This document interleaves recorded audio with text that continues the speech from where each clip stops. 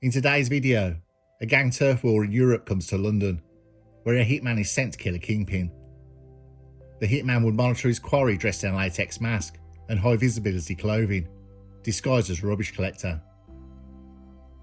The target, the kingpin, is Flamur Bakiri, whose sister stars in the Real Housewives of Cheshire TV show, Missy Bakiri.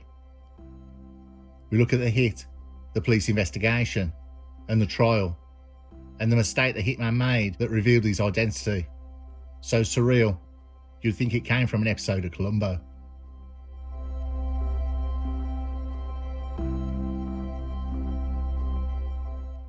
Flamur Bakiri was born in Albania but moved to Sweden at an early age, where he became involved in the world of organised crime, particularly dealing and trafficking.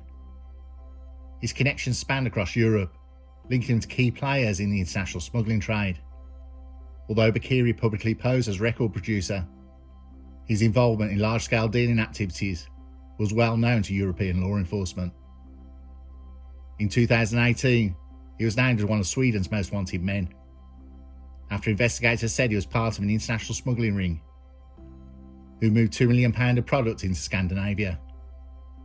At the time, police said Bakiri fled a bust at the border in bare feet, but the charges were later dropped, and he was instead found guilty of illegally handling smuggled goods, including cigarettes and alcohol, and given a suspended sentence. Bakiri was closely associated to Daniel Petrosky, the leader of a Swedish-Albanian gang involved in trafficking. His connections also extended to Nave Adawi. Close friends, Adawi and Bakiri were both kingpins in the Swedish gang, run by Petrosky. Adawi is a notorious Swedish criminal linked to one of Sweden's most infamous heists, who was jailed for 8 years in Denmark in 2010 for aggravated robbery with a lethal weapon over a £7 million heist on a security firm, one of the largest heists in the country's history. He'd already survived one attempt on his life. These associations inevitably placed him at the centre of dangerous gang rivalries, most notably with a Danish gang led by Amir Mekki. The rivalry between these factions led to several violent incidents, including the murder of Caroline Hakim, the partner of Adawi, in 2019. Hakim's murder was a significant event in this escalating feud, and it directly influenced the decision to target Bakiri. The two gangs were locked in a violent tit-for-tat series of killings, with Bakiri coming the next target in a cycle of retribution. The feud between the gangs was primarily driven by control over the lucrative smuggling trade in Europe.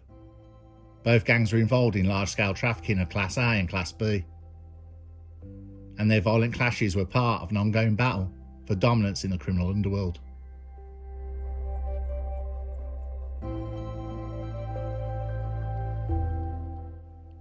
Bakiri was confirmed by Mekki's gang as the next target. Months of extensive planning had gone into organising and setting up the contract. Anissa Missy, a 24-year-old Swedish kickboxer with no prior convictions, was recruited for the job. His clean criminal record and relatively unassuming background made him the perfect candidate for a contract killing of this magnitude. His involvement in the killing revealed the extent to which organised crime networks are willing to employ professionals with no apparent criminal background to carry out their most dangerous missions. And Missy flew to London under the pretext of being a tourist, but his real mission was to eliminate Bakiri.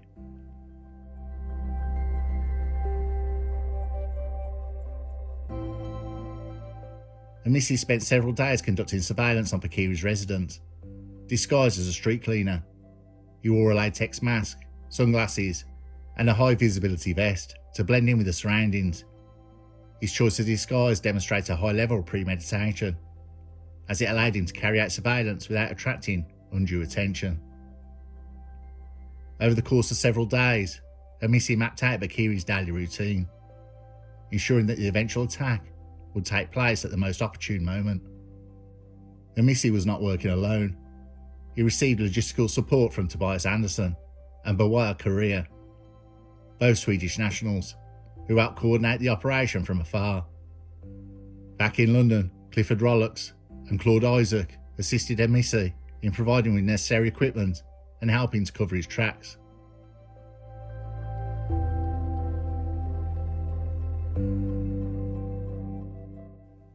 On December 24, 2019, the plan came to fruition. Bakiri had spent the evening out with his family, and at approximately 9 p.m, they returned to their home in Battersea, a wealthy neighbourhood in South London. As Bakiri, his wife, and their young children approached the front door of their house, Hamisi was lying in wait. When the family was within range, Hamisi stepped forward and opened fire on Bakiri, shooting him multiple times in the back. The attack was swift and brutal. Bakiri collapsed at the scene, fatally wounded. His wife and child, who witnessed the entire event, were left screaming in horror as Hamisi fled the scene. Minutes later, Bakiri was dead, having succumbed to the numerous gunshot wounds. Bakiri was hit by 8 bullets, and he was shot at 10 times. Hamisi's escape was as carefully planned as the murder itself. He quickly left the scene, making his way to a nearby getaway vehicle. Within hours, he had boarded a flight back to Sweden, where he was ordered to remain and carry on with his normal life, and to be seen.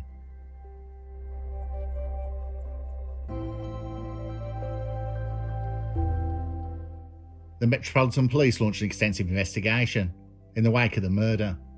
One of the key pieces of evidence was surveillance footage from the days leading up to the murder. CCTV cameras in the area had captured images of Hamisi conducting surveillance on Bakiri's home while disguised as a street cleaner. Many people had come forward. The litter picker Hitman came across as highly suspicious. Hamisi stopped using the Ridgeback bike along with his high-vis litter picker's disguise after he was confronted by a Battersea resident who found it extremely odd he was cleaning both a private estate and a council road. A dog walker repeatedly asked the hitman, "Excuse me, who do you work for? Who do you work for?" Hamisi walked off as he was told, "Get away from this estate, please." Additionally, investigators discovered that the hitman had been using a latex mask as part of his disguise. CCTV trawl over the following days allowed detectives to trace the shooter on foot, then by bicycle from Battersea Church Road, down to the Thames path to a flat in Oyster Wharf, where police would find the flat where Hamisi had been staying.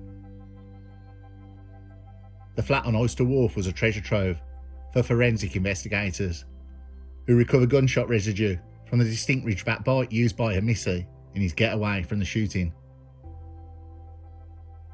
One of the errors made by Hamisi's crew, they bought a distinctive dark green ladies' design bicycle with a basket on the front to be used by the gunman in reconnaissance.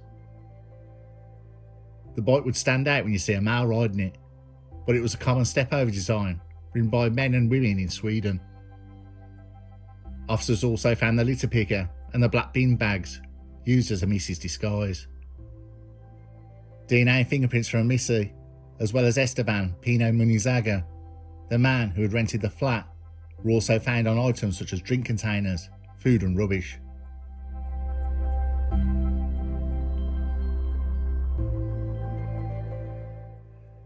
Crucially for the investigation, in one of the bins was a ripped up piece of ticket stub with part of Hamisi's name on it. Officers were able to track the killer to Heathrow, from where he flew to Copenhagen, Denmark, in the early hours of Christmas Day, using his own name.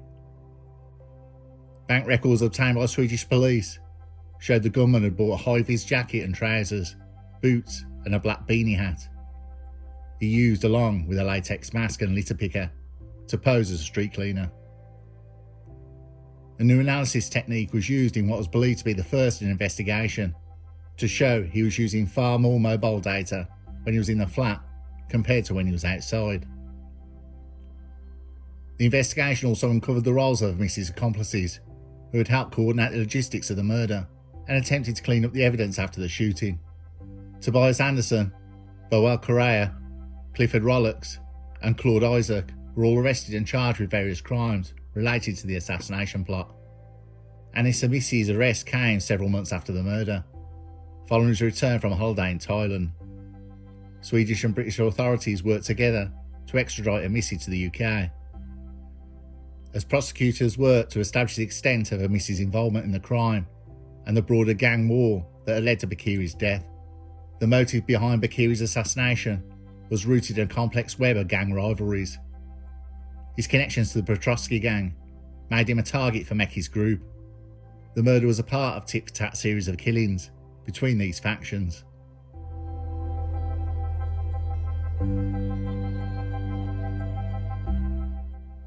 During the trial, the prosecution presented a wealth of evidence against Amissi, including CCTV footage, forensic data, and testimony from witnesses. The prosecution argued that Amissi had been hired as a gun for hire by a rival criminal gang seeking revenge for the tit-for-tat murders. They portrayed Amissi as a cold and calculating hitman who had been willing to kill for money, regardless of the consequences. The defence, on the other hand, attempted to downplay Amissi's role in the crime. They argued that while he had indeed been involved in the murder, he was not the mastermind behind the plot.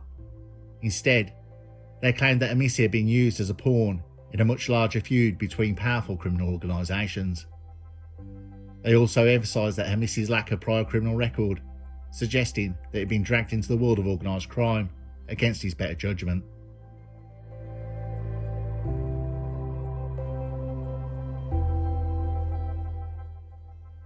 The hitman, Anis Amissi, was jailed for life with a minimum term of 35 years. The team in London, Tobias Andersson and Boal Correa from Sweden, were acquitted of both charges. Esteban Pino Munizaga was sentenced to 15 years.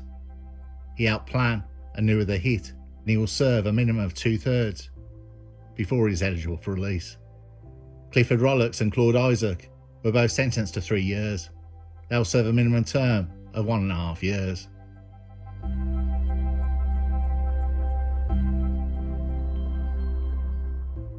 The murder of Flamur Alex Bakiri was a meticulously planned and executed assassination that revealed the cold, calculating nature of modern organised crime.